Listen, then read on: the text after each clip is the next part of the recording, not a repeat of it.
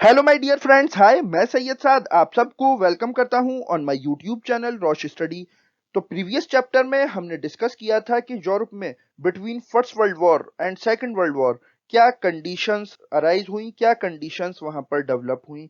तो नाउ इस लेक्चर के साथ हम स्टार्ट कर रहे हैं एक नया चैप्टर जिसका नाम है राइज ऑफ नाजिज्म। इस चैप्टर में हम डिस्कस करने वाले हैं कि नाजिज्म यूरोप में कैसे डेवलप हुआ। ये बेसिकली एक आइडियोलॉजी थी जो कि डेवलप हुई in Germany after the first world war, और इसी आइडियोलॉजी की बेसिस पर सेकेंड वर्ल्ड वॉर लड़ी गई। तो इस चैप्टर में through various series of lecture हम डिटेल डिस्कशन करने वाले हैं rise of Hitler and Nazism के। यूरोप में हिटलर का राइज कैसे हुआ और नाजिज्म वहां पर कैसे डेवलप हुआ। तो इस चैप्टर की सीरीज के पहले लेक्चर में हम डिस्कस करने वाले हैं rise of Hitler and Nazi party. तो ये लेक्चर अगर आपको अच्छा लगे तो इस वीडियो को लाइक करें, शेयर करें, कमेंट करें और इसी तरह के इंफॉर्मेटिव कंटेंट के लिए सब्सक्राइब करें to our YouTube channel. Now ये जो चैप्टर है राइज ऑफ नाजिज्म, इसको डिवाइड किया गया है इनटू द 5 टॉपिक्स, और ये 5 टॉपिक्स हैं rise of Hitler and Nazi party, then policies of Hitler, then third है foreign policy of Hitler, fourth है नाजी वर्ल्ड व्यू, और फिफ्थ है नाजी जर्मनी। तो इस पूरे चैप्टर में हम इन्हीं 5 टॉपिक्स को वेरियस लेक्चर्स के थ्रू कवर करने वाले हैं। सो अब हम स्टार्ट करने वाले हैं rise of Hitler and Nazi party. So let's start. Adolf Hitler ये कौन था? एडोल्फ हिटलर ये रूलर था जर्मनी का, और जर्मनी की ही लीडरशिप में लड़ी गई थी सेकेंड वर्ल्ड वॉर, और सेकेंड वर्ल्ड वॉर के टाइम जर्मनी को लीड कर रहा था Adolf Hitler. But Adolf Hitler की पैदाइश जर्मनी की नहीं थी। ये है यूरोप का मैप, और यहाँ पर आप देख सकते हैं कंट्री जर्मनी। तो ये जो जर्मनी है इसके साउथ में एक और कंट्री है जिसका नाम था ऑस्ट्रिया, ऑस्ट्रो हंगेरियन एम्पायर, जिसकी लीडरशिप में फर्स्ट वर्ल्ड वॉर लड़ी गई थी।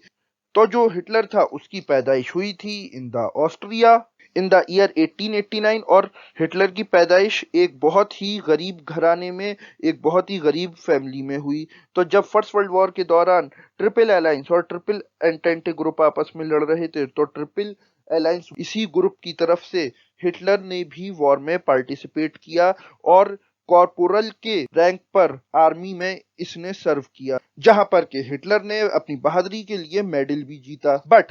बट जब जर्मनी की डिफीट हुई in the first world war, तो उसके बाद हम ये देखते हैं कि वहां पर वेमर रिपब्लिक का गठन हुआ, वेमर रिपब्लिक स्टेब्लिश हुई, और जर्मनी पर बहुत हार्श कंडीशंस इम्पोज कर दिए गए, जैसे कि जर्मनी के ऊपर सारी वॉर का खर्चा लाद दिया गया, जिसे वॉर इंडेमनिटी क्लॉज बोला गया, जिसमें कि जर्मनी को 6 बिलियन पाउंड पे करने थे in the form of gold, और ये सब तय किया गया था in the treaty of Versailles. तो जर्मनी की ये हालत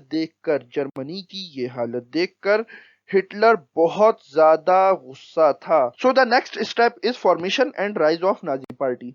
देन जब 1918 में फर्स्ट वर्ल्ड वॉर खत्म हुई with the defeat of Germany, तो 1919 में एक छोटा सा ग्रुप था जिसने के फॉर्म की जर्मन वर्कर्स पार्टी, जिसको के एडोल्फ हिटलर ने ओवरटेक कर लिया, और इसका नाम रख दिया national socialist German worker party, जिसको के नाजी पार्टी के नाम से जाना जाने लगा। ठीक है, तो ये जो नाजी पार्टी थी इसने एक मूवमेंट खड़ा किया जिसको कि नाजिज्म बोला जाता है, और ये एक मास मूवमेंट था, इसको बहुत लोगों ने ज्वाइन किया, और बेसिकली इस मूवमेंट के फेमस होने के पीछे जो सबसे बड़ा कॉज रहा वो रहा ग्रेट इकोनॉमिक डिप्रेशन। वैसे ही जर्मनी फर्स्ट वर्ल्ड वॉर का मारा हुआ था, और फिर उसके बाद जब ग्रेट इकोनॉमिक डिप्रेशन आया तो यहाँ पर नाजी पार्टी को मौका मिल गया इस बुरी सिचुएशन में अपने आप को प्रोजेक्ट करने का। सो नाजी पार्टी का राइज या नाजिज्म का राइज बेसिकली राइज था हिटलर का। देन जब 1929 में ग्रेट इकोनॉमिक डिप्रेशन आता है, तो ये बेसिकली एक मौका प्रोवाइड करता है टू द हिटलर। वो कैसे कि जब after the first world war Germany पर बहुत सारी कंडीशंस इम्पोज कर दी गई और जर्मनी की जो फाइनेंशियल कंडीशन थी वो बहुत ज़्यादा ख़राब हो गई।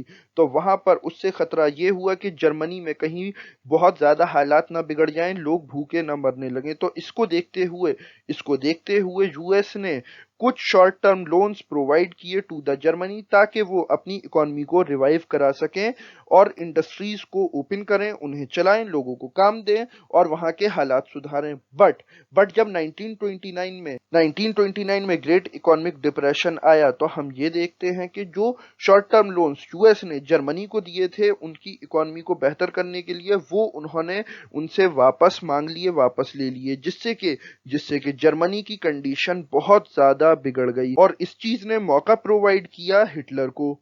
तो नाजी पार्टी ने इस बुरे वक्त में यहाँ पर आम लोगों को उम्मीद दिलाई कि हमारे सामने, जर्मनी के सामने एक बहुत ही अच्छा फ्यूचर है, जो कि बेसिकली एक प्रोपेगेंडा था। और इस प्रोपेगेंडा के चलते 1932 में राइक्सटैग, जो कि जर्मनी की पार्लियामेंट का नाम है, राइक्सटैग के अंदर 37% वोट्स के साथ Nazi party largest political player बन जाती है इन द जर्मनी।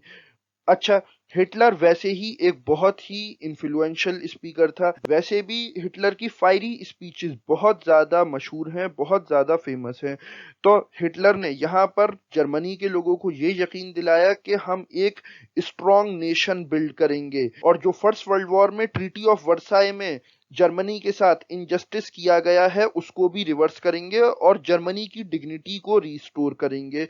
और इसके अलावा हिटलर ने यूथ से भी प्रॉमिस किया कि सबको एम्प्लॉयमेंट दिया जाएगा, काम दिया जाएगा और यूथ का फ्यूचर सिक्योर किया जाएगा।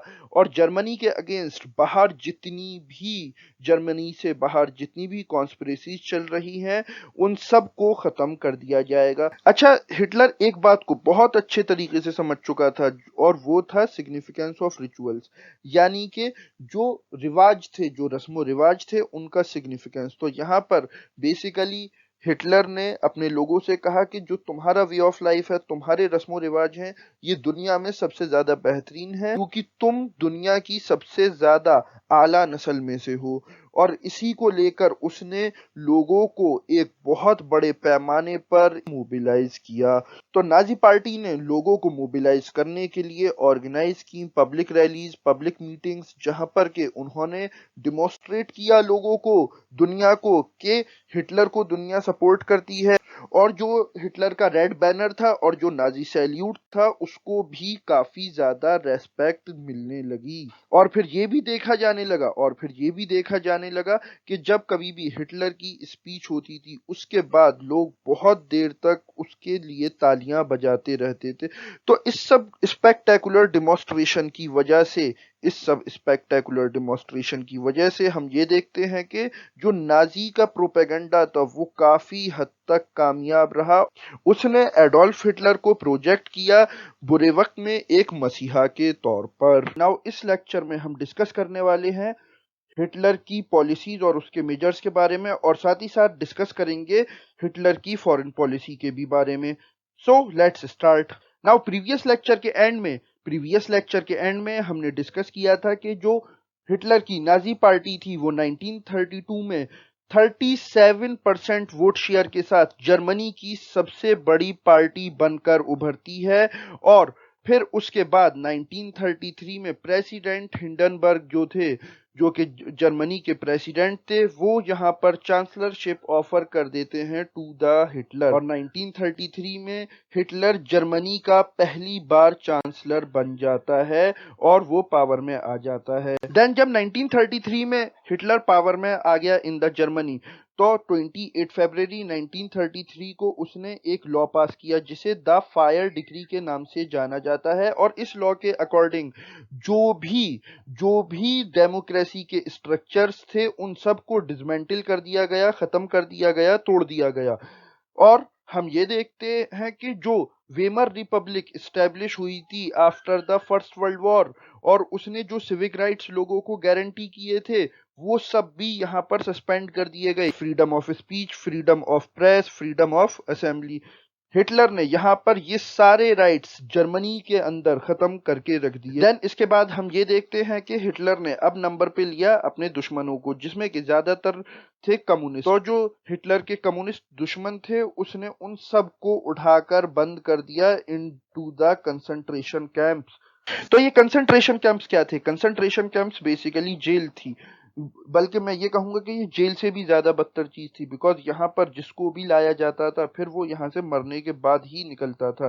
तो जो कंसंट्रेशन कैंप्स थे इसमें बेसिकली हिटलर ने जो उसके एनिमीज थे या जिन लोगों को वो जर्मनी के लिए खतरा समझता था उन सबको यहाँ कंसंट्रेशन कैंप्स में लाकर एलिमिनेट कर दिया जाता था। और इसी सीरीज में हम ये देखते हैं कि जर्मनी का एक शहर जिसका नाम था डसेल्डॉर्फ, वहां पर 6000 से ऊपर लोग, 7000 के करीब लोगों को अरेस्ट करके और परजिक्यूट किया जाने लगा।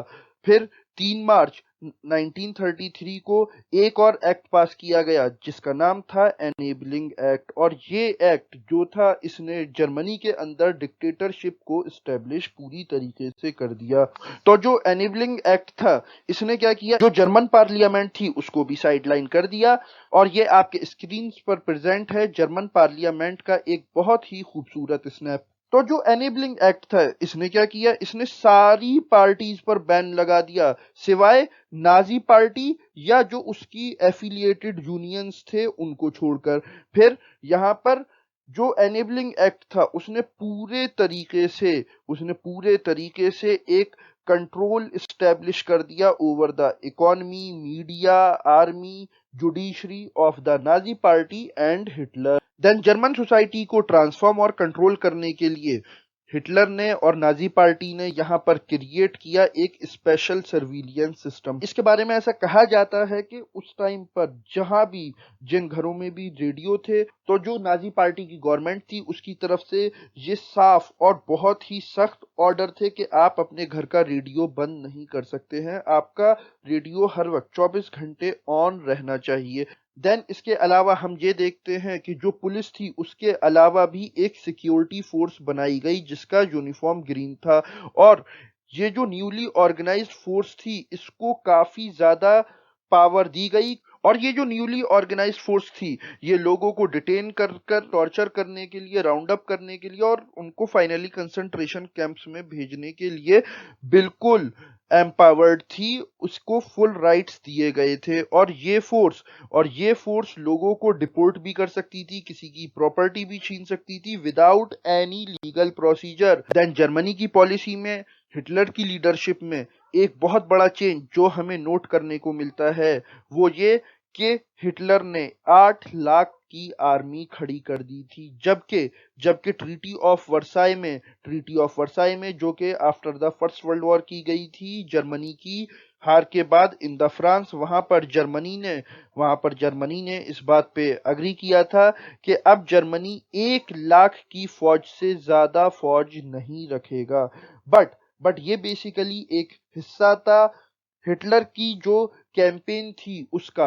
जैसा कि मैं आपको प्रीवियस लेक्चर में बता चुका हूं कि जब हिटलर इलेक्शन लड़ रहा था, इलेक्शन के लिए कैंपेनिंग कर रहा था, तो वहां पर उसने लोगों को ये कहा कि जो ट्रीटी ऑफ वर्साई में जर्मनी के साथ अनजस्टिस किया गया है उसको मैं खत्म करूंगा और जर्मन डिग्निटी को फिर से रिस्टोर करूंगा, फिर से बहाल करूंगा। देन अगर हम बात करें फॉरेन पॉलिसी की, तो जो हिटलर था इसकी फॉरेन पॉलिसी भी काफी ज्यादा एग्रेसिव टाइप की हमें देखने को मिलती है।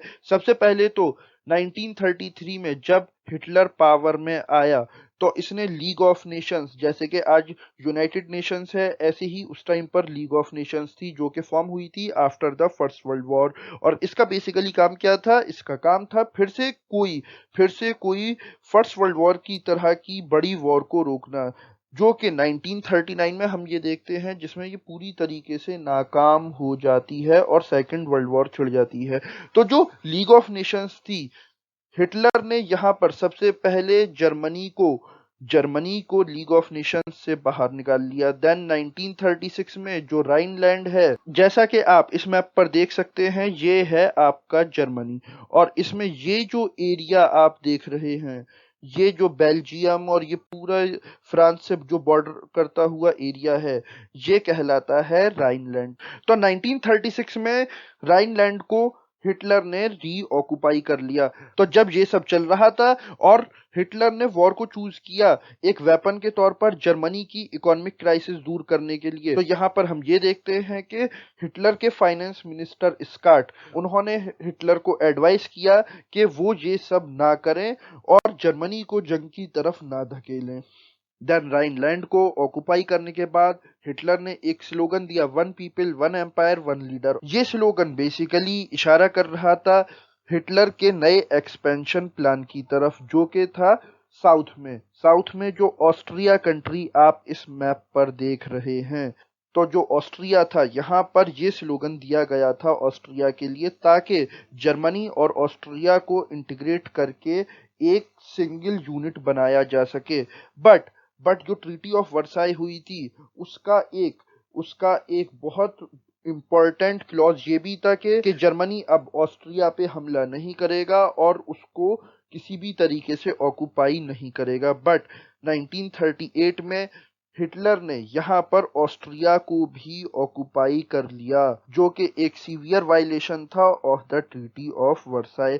देन इन सितंबर 1938 हम ये देखते हैं चेकोस्लोवाकिया, ये जो आप जर्मनी के ईस्ट में ब्लू कलर का कंट्री देख रहे हैं, चेक रिपब्लिक, और यहाँ पर येलो कलर का जो कंट्री देख रहे हैं, स्लोवाकिया। तो 1938 में हम ये देखते हैं कि सोवियत यूनियन की तरफ एक्सपेंड करने के लिए चेकोस्लोवाकिया का काफी स्ट्रेटेजिक इंपॉर्टेंस का एरिया हिटलर अपने अंडर में ले लेता है।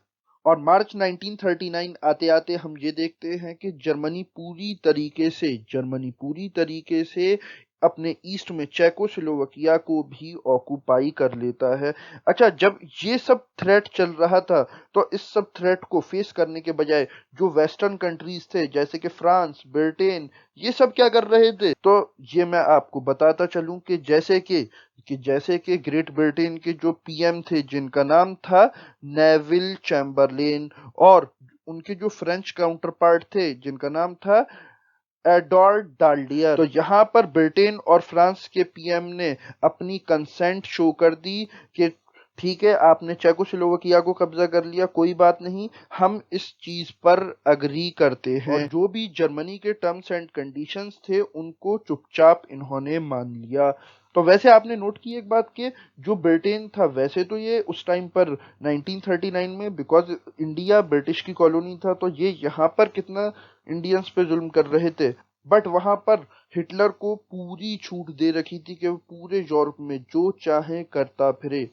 तो इसी नोट के साथ ये लेक्चर मैं यहीं पर एंड करता हूँ। नाउ नेक्स्ट लेक्चर में हम डिस्कस करने वाले हैं about the Nazi world view, और हम वापस आते हैं अपने क्वेश्चन की तरफ। और आपका सवाल था कि जर्मन पार्लियामेंट को किस नाम से जाना जाता है, तो मैं ये आपको बताता चलूं कि डूमा रशिया की पार्लियामेंट को बोला जाता है, नेसेट इसराइल की पार्लियामेंट को बोला जाता है, और राइक्सटैग ये जर्मनी की पार्लियामेंट को बोला जाता है, और जो नेशनल असेंबली है, अगर मैं सही हूं तो ये पाकिस्तान की पार्लियामेंट को बोला जाता है।